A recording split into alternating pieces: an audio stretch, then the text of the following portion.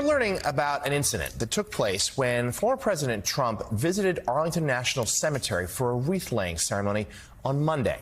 NPR was the first to report that two Trump campaign staffers had a confrontation with a cemetery official who tried to prevent them from filming. It was to the anniversary of the death of some American service members in Afghanistan as part of the evacuation effort there 3 years ago. They're trying to make that a major problem for the Biden-Harris administration in the context of this campaign. But I know a lot of military veterans were very uncomfortable with the idea that Trump was there at all, and that, he even at one point posed for a photograph with family members with a big smile and thumbs up on their face. Now, we should note some of the family members were doing the same, but that's their right. Donald Trump, it's seemingly very strange that he would do the same. Arguably, the most sacred place in our country was being used as a backdrop for a political purpose. Members of Donald Trump's campaign staff had a verbal and physical altercation with an official during the former president's visit. A source said the cemetery official tried to prevent Trump staffers from filming and photographing in Section 60. That is where soldiers killed while fighting in Afghanistan and Iraq are buried. The Trump campaign posted this video of his visit to the cemetery on social media.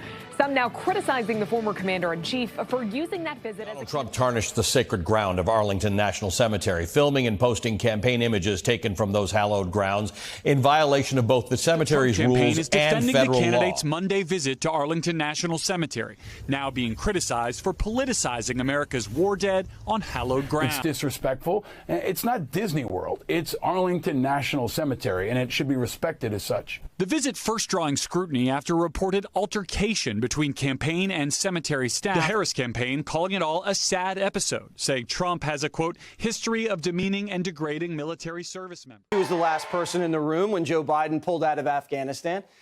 You'd think Harris would avoid discussing the disgraceful exit that left 13 service members dead from a terror attack.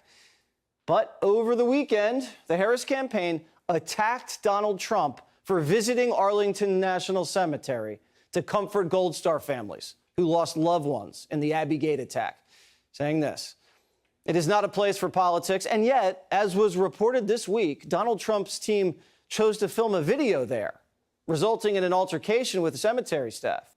Gold Star families responding directly to the VP. Kamala, your statement is nothing more than a political spin to help you look better. Vice President Harris, why will you not express your condolences yourself?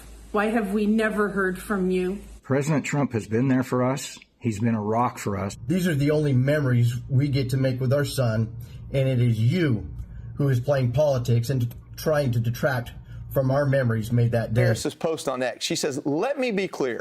The former president disrespected sacred ground, all for the sake of a political stunt.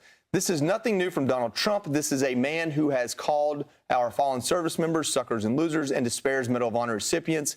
This is a man who is unable to comprehend anything other than service to himself." First of all, there's a lies in that statement. But to put those on the side for a minute and just look at what she said about how he disgraced or dishonored a solemn place. Ma'am, he showed up to Arlington National Cemetery. And where were you? These service members died, apparently, while you were the last person in the room making decisions that led to their death. I've never heard you utter their names. I've never seen you meet with their parents, many of whom invited Donald Trump to be there. Where the hell were you on that day? And all you want to do is make a political point out of it. You're the one making this for show, and that is absolutely dishonorable. Well, just from a political perspective, why the heck would Kamala Harris weigh in on this when she has blood on her hands here? This is, I just, from a political point of view, this is dumb. Well, their entire premise of Joe Biden's campaign and hers is predicated on hoaxes about Donald Trump. Because there's just horrible coverage all over the mainstream media about, I don't even understand what the controversy was. How did you feel when Kamala Harris then inserted herself and politicized this solemn anniversary? I mean, we're infuriated. It's just another spit in the face, another slap in the face. I'm absolutely so frustrated with this administration and how, I mean, first, they don't even acknowledge that that our kids even died on their watch. Biden and Harris were actually invited as well. They just chose not to be there. Have you ever heard from Joe Biden or Kamala Harris? We have never heard from either one of them, ever, in the entire 3 years since our kids were killed by their administration. You know, the biggest threat is not global warming, where the ocean's going to rise one-eighth of an inch over the next 400 years. The biggest threat is nuclear warming. She's a radical lunatic. And if she's going to be our president, very quickly, you're not going to have a country anymore. I saw a picture of her on Time magazine today. She looks like the most beautiful actress ever to live. It was a drawing. And actually, she looked very much like our great first lady, Melania. She didn't look she didn't look like Camilla. That's right. But of course, she's a beautiful woman, so we'll leave it at that, right? Certainly. But I mean, I think it's just worth emphasizing, to listeners the immense importance of whether the United States president is intimidating or not intimidating, and how much that matters to global security, because there's some real tough characters out there, and if they don't think the American president is tough, they will do what they want to do. I know every one of them. And that puts the whole world in danger. Elon, I know every one of them, and I know them well. I know Putin, Yeah. I know President Xi, I know Kim Jong-un of North Korea. I know every one of them.